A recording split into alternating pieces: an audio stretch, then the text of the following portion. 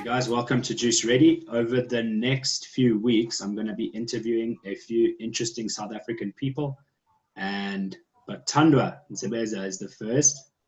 How are you doing, BT? I'm good, and you, Dan? I'm good, thank you.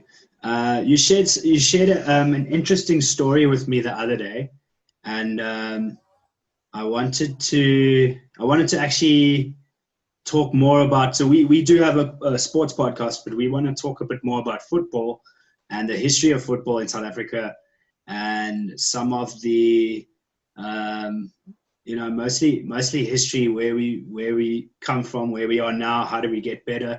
And you've got some interesting perspectives because you do coach football. So what we'll probably do with this video is we'll put it up on the YouTube channel, and we'll put a teaser on Instagram and Facebook. So if people like it, they can share it from there. And then if they like what they're watching on Facebook and IG, they can watch the full episode on YouTube. And we'll have some more interesting characters over the next few weeks. And then myself and Batandwa will also be talking about EPL because football's returning. So just a bit of background, BT. How do you tell us a bit about what you did after school and how you got into football, and what you're doing at the moment in terms of the coaching? How I got into football was in 2010 when Philip was here. I think that's where like the bug really like caught, and also I got to see like the economic impact and the social impact that soccer has on a place, especially like in this case in South Africa. So that's where I got into coaching, I guess, from the World Cup. When I wanted to be in the game, I thought the best way to get in, I was still in my early 20s then, but I thought, let me get into coaching since I never played like club soccer in my teens. I think what BT is really trying to say is he wasn't good enough to play, so he wanted to become a coach. No, I got McCarthy a chance. Say again. It cut out a little bit. I thought I'd give Benny McCarthy a chance. Yeah, I also got World Cup fever, and I remember. Do you remember Mexican Shabin? It was a place. If I'm not mistaken, it was called Mexican Shabin, and it was a place on. I think it was on Bree or Loop. But anyway, shout out Stewie, shout out Justin. Those are the guys I went with. I thought you maybe would have been with us that night, but we did go to about 6 pubs. So I don't blame you if you remember, if you've forgotten. But I think you were. I think you were with us that night. So tell us. So what age groups do you coach? Currently. Or in Cape Town, I was coaching under 17s, under 19s. And then in I've been on a bit of a sabbatical for the last, say, 4 years, where I spent some time in Eastern Cape, and I landed up here in Joburg. Yeah. And here in Joburg, when I got here, I had the privilege to be working with a team called Highlands Park. Yeah.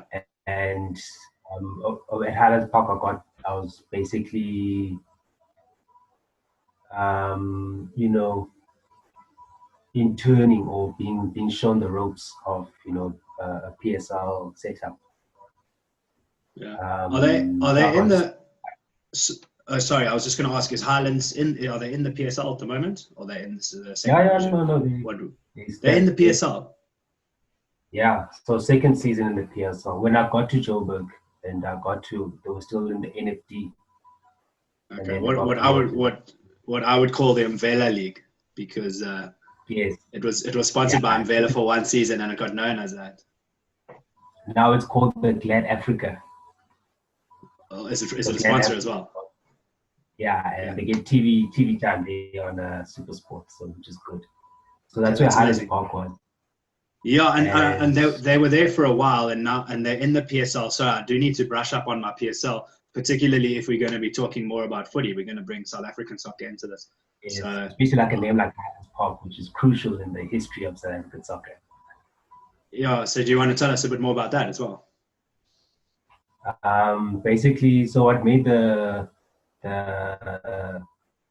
that whole comeback to the PSL for Highlands Park, because like I said, I got to experience it when they in the older NF Bela League, Yeah. and when they made it back, I was also thinking like, okay, who's Highlands Park, and congratulations. But then it turned out that they were actually a team that was big in the 60s, 70s, early 80s. And they were big in what was used to be called the NFL, National Football League.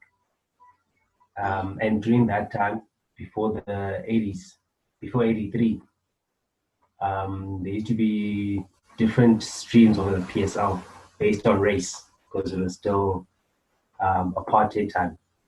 So the NFL was where the Highlands Park was like the dominant team, and then the NPSL you had your Orlando Pirates, Kaizer Chiefs, Morocco Swallows. Cape Okay. Town also had. Sorry, I just want to interrupt you there. I find it so fascinating that we were speaking the other day, and you told me that uh, the first democratically elected leader of South Africa, which was Mandela, was elected in '94. But in terms of sport, apartheid ended in what was it 7 years before or 8 years before that, or was it the? In soccer, more specifically in soccer. I'm not sure like about the other codes. Yeah, let's talk football I today, mean, and we'll come back to other sports. Yeah, yes. well, So in terms of soccer, that the first time they had like a multiracial Premier League was in 1979. wow. Okay, so that's That's 15 when years the first before. time they had a multi. Okay, so it's strange how sport brings people together, and I'm assuming that not a lot of people know about this. This is not something that I was taught in school. So I mean, it's Youth Day today, and we are commemorating the Sharpeville massacre, and there's a lot of things going on today where people are commemorating our history and pointing back to a time when education wasn't it wasn't equal for everybody, and to a large degree it still isn't equal for everybody, and we need to work on that. But not a lot of people are taught in school that there was a non-segregated league in 1979, and Yeah, try tell us more about that. And was I assume the National Party at the time, which is FW de Klerk's racist apartheid party, I assume they weren't very happy about this and they tried to stop this. How and much do you know then about it? Yeah. do you Keep going. know do you know Balfour Mall? No, I don't. Tell me a bit more.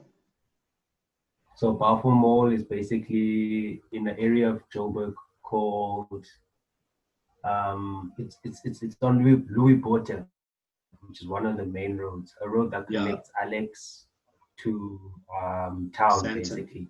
So it's To quite a busy Joburg, to the road. CBD. And then in the mall, yeah, they're like the CBD there.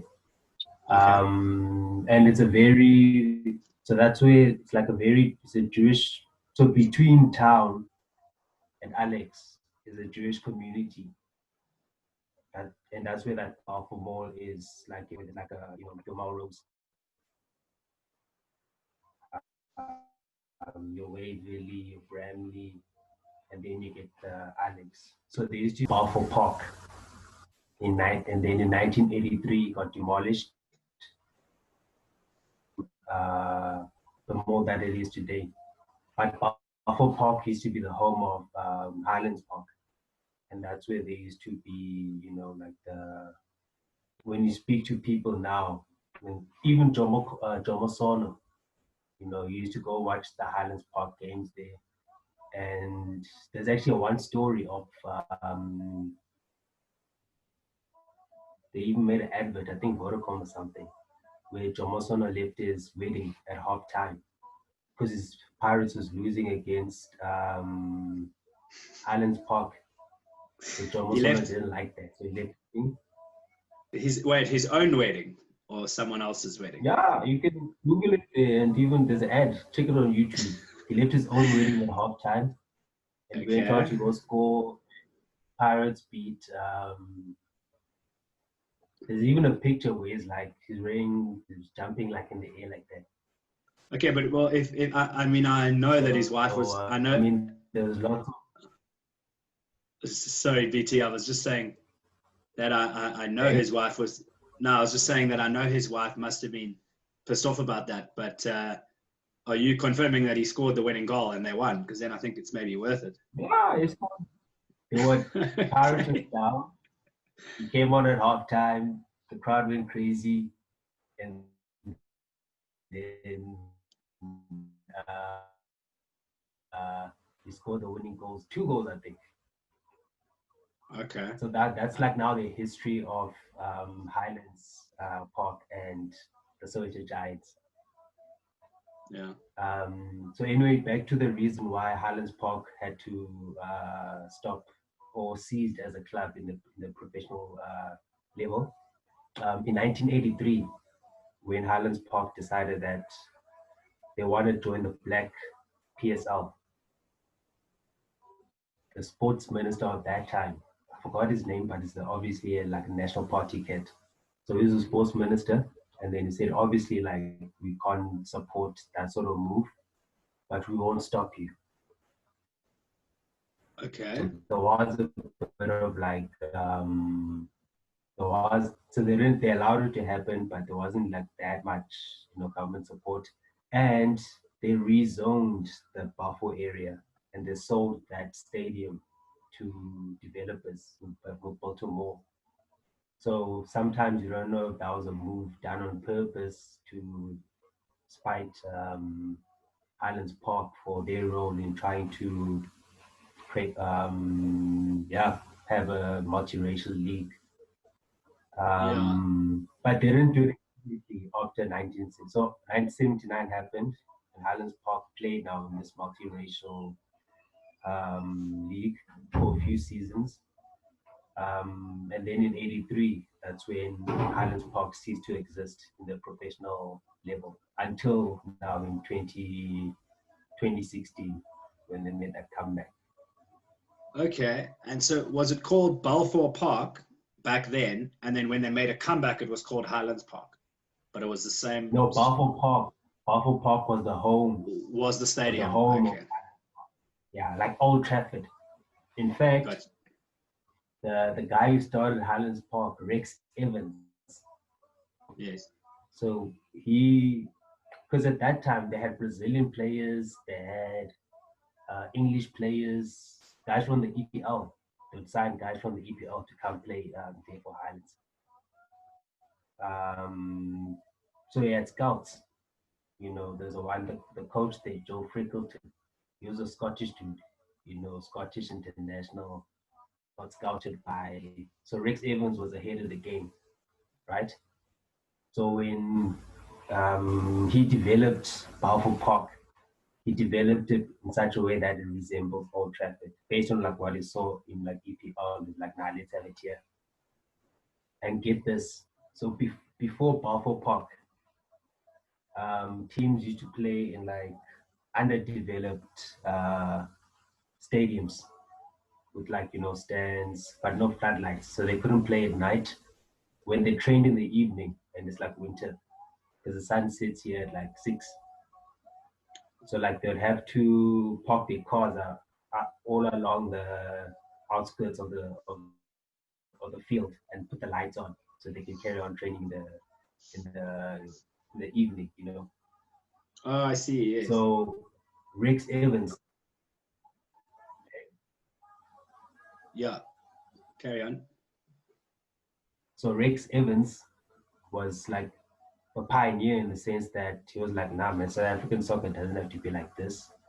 So he built like a setup to resemble like hence why now he could get like that from the EPL to come, and the coaches from the EPL.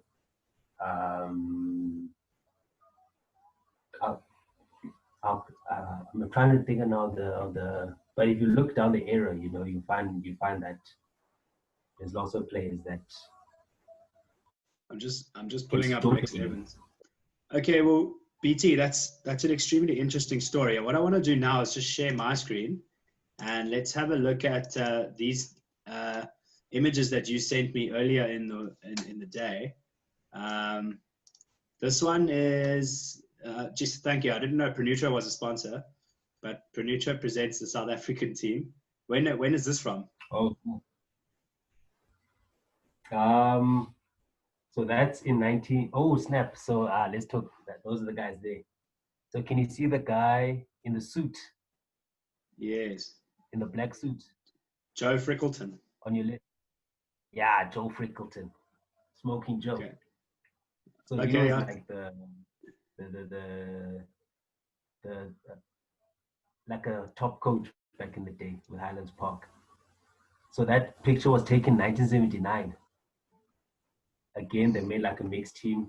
The best NFL players and the best NPSL players, 7-7, and they put together a team to go play Rhodesia. And then 3 years before, they went to go play same thing where they put together a team.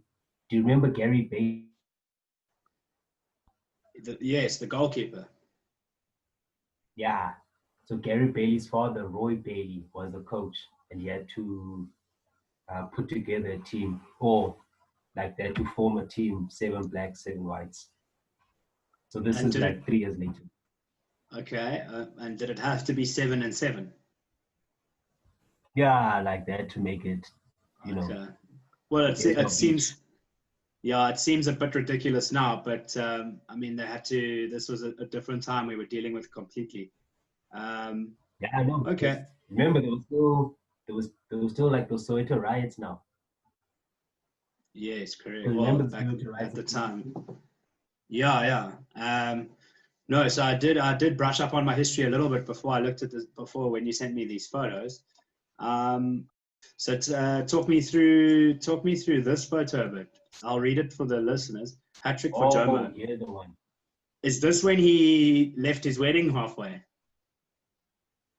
This is now the first time. This is in 76. Huh? Does it show the year? It says Tuesday the 16th at night. SA mixed 11 versus Argentina, Mm. and we beat them 5-0. It says. So I'm going to read this for the listeners. Hat trick for Apparently, Jomo. apparently, Jomo Sono slips the ball past Argentinian goalkeeper Alberto Poletti to put the SA team 3-0 ahead early in the second half. Too late to prevent the goal is defender Simeone. So talk us through that, BT. so the previous picture we just saw now was in 78. I mean 79. This was in 76. Okay, so this was the So one like in 79. And this was the one in 76. Okay, so this was 3 years before. yeah, and then from here, that's when like now Jomo Sono got like a move to America. Oh, what team did he play for in the States? New York Cosmos. Amazing. Okay, cool. And then I'm going to just, this Highlands Park versus Kaiser Chiefs in 1979. At this point, NPSL was a mixed league. And this is that was the caption, and this is the photo. So who are we looking at here? Do you know the guys? So that's Martin Cohen. So you know that game where Jomo Sono's, that the previous picture we saw now. Yes. Yeah. Where we So beat Argentina 5-0. yeah. So in the midfield, you had Martin Cohen, this brother right here, and Jomo Sono in the Okay. like playing like center mid. And the way he explained it, this Martin Cohen, is that it is like a glove and a fist, like that combination, and how the team was set, and how like the different cultures complemented each other. Because like Martin Kono is like a hard, like Yeah. as It you can was see, like you don't look like the Roy eh? Keane of the team. Yeah, the Roy Keane of the team. Yeah, yeah. And generally that was like the sort of Highlands Park players you got, like guys who play like that gegen pressing that Liverpool does, that sort of stuff. Yeah. And then Thank you for mentioning Liverpool, because now I can put hashtag Gegenpress, hashtag Jurgen Klopp, yeah, hashtag LFC in the YouTube hashtags. So I do appreciate the little shout out there. so maybe Jurgen Klopp was watching old Highlands Park games and he learned gegen pressing there. It could be that. It could be that. And I'd be very proud to be South African. I'll be very proud to be South African if that's the case. So BT, tell us a bit about. So I mean, I think from what I've learned today, I'm just so happy that sport seems to be one of the drivers of like just kicking out apartheid and getting rid of that stupidity. And I mean, there was racial integration and the collapse of segregation way before the political collapse of apartheid. So it seems like sports was a driver for, equality and equal rights and just everyone treating each other with respect and playing on the same team and forget about white, black, let's just play footy. Tell us a bit about what we're still seeing now in 2020 where you are in Josie right now in the midst of it, and how do we get better? How do we carry on getting better? Because this is a struggle that carries on. It's a struggle that transcends us as individuals. We need to look at it as a larger scale. So tell us a bit about how it looks at the moment, what you're seeing from like through a coaching perspective, and where we are and where we want to be. No, I think from like as a country, when it comes to football, I feel like we should be definitely like top 10. Yeah, I mean, we should. And that was actually the basis of the reason why I got into coaching in the first place after the World Cup. When I saw like actually we got this, obviously like not like everywhere in South Africa, but we do have first world facilities in South Africa, and we do have the capacity to have first world facilities all around, not necessarily like in your pockets like Joburg, Cape Town, Durban, or whatever. So, so like on the football terms, we have like the PSL is the best league in the continent. It's also one of the top 10 leagues in the world, actually. Okay. We have like the teams now. So the legacy of the World Cup is that it left like nice facilities. I mean, like there's a school down here called Hyde Park. So before the World Cup, that school never had soccer. And then like after the World Cup, they had soccer plus a FIFA World Cup facility because they were hosting Slovenia during the 2010 World Cup. So part of it was that, okay, fine, we need to make it according to the FIFA standards so that we can actually accommodate. So in that sense, like, we have like the facilities to produce like top quality players. So I think, yeah, and if you look at our rugby team and our cricket team, they consistently in the top 5 in the world. So our soccer team should be in the top 15, top 10. I know there's a lot more countries that play soccer than rugby and cricket. So I think, what are you saying, that if government spends more on football, well, when I call it football, I just mean soccer. Some people get triggered. I'm sorry if I triggered anyone with that. If government spends more, because unfortunately, the reality is in South Africa that the poverty is poverty is along racial lines, and a lot more black youngsters want to play soccer as opposed to rugby and cricket, although that is changing. And we get, there's a lot of talent there's a lot of untapped talent. Like the next Usain Bolt could be in Eastern Cape somewhere, but we just don't know about him yet because he hasn't been discovered. So are you saying that it's a similar thing with soccer? Sorry, you broke up. Would you just repeat that part? No, when I was making that reference to the next Usain Bolt could be in the Eastern Cape herding cattle. But it goes to an Eastern Cape school, which is not, doesn't allow for such talent to prosper. Yeah. So what is it about? Is it just about money? Is it just about putting? It's how it's spent. It's how the money is spent. So, for example, okay, cool. So I wanna go like. So, for example, if you have like NFT, I'm not saying this happens. I'm not saying it's not, but there's a lot of like in order to win tournaments, you gotta have the match officials on your side.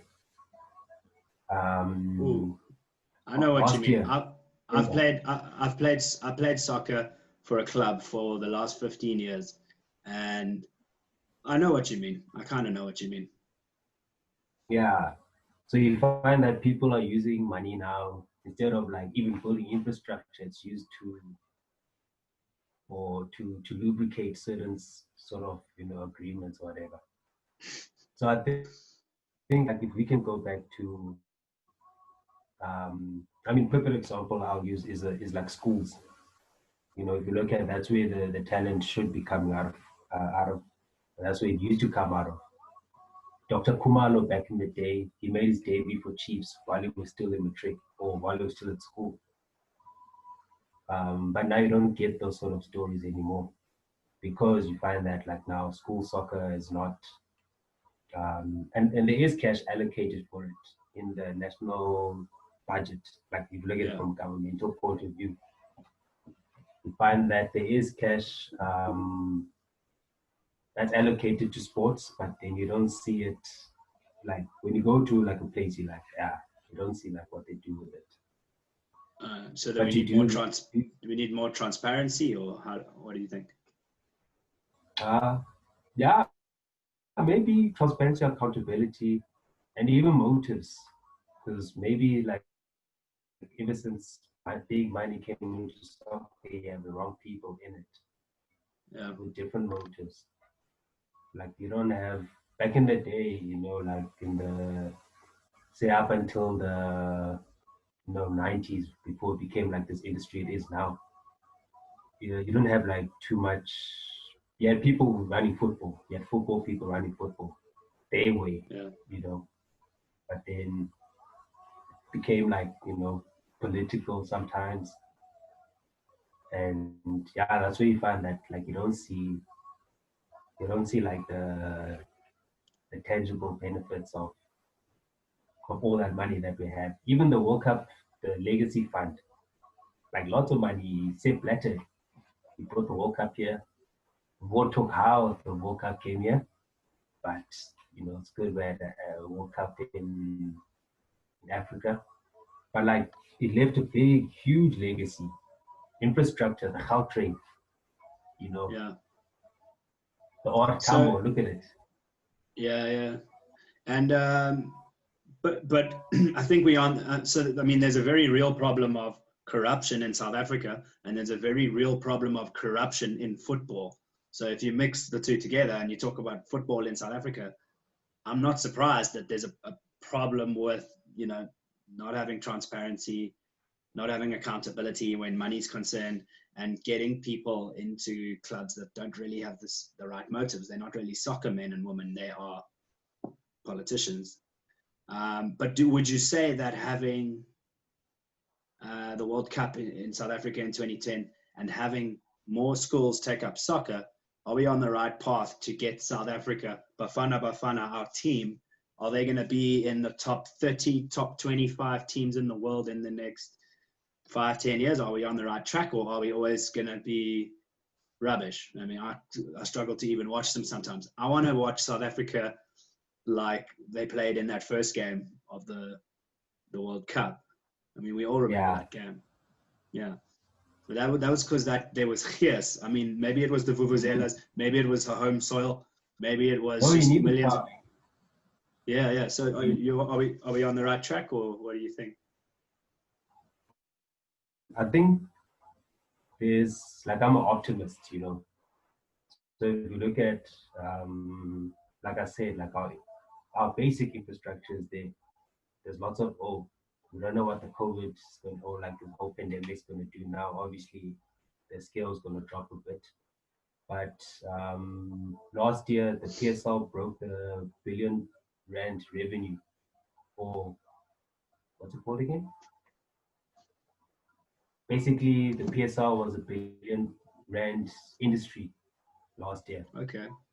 2 years before, it was like 700K industry, or 700 million, you know. 700 million. Might have to edit those numbers out, but basically, the PSL, is a billion rand industry. So the money is there. The structures are there. The multi-choice disc league challenge. Now there's a reserve league for under 23s. Better coaching, I guess, because a lot of times you find that, especially that in Cape Town, Stellenbosch University, when those teams in Europe have those breaks in December. I mean, you know, it's only in the EPL that they go play through December. Yeah, I think it's their winter break, the European teams, or their summer break. I'm not sure. It's their winter break. It's our summer. Okay. So now what they do is that they'll come to Stellenbosch University and have a warm weather training session. And then while they're there, they do like courses with the local coaches, impart that knowledge. So you got stuff like that going on, which is good. And I guess one thing I've learned, like I was making an example, Highlands Park being a game changer. Maybe our football needs more big names.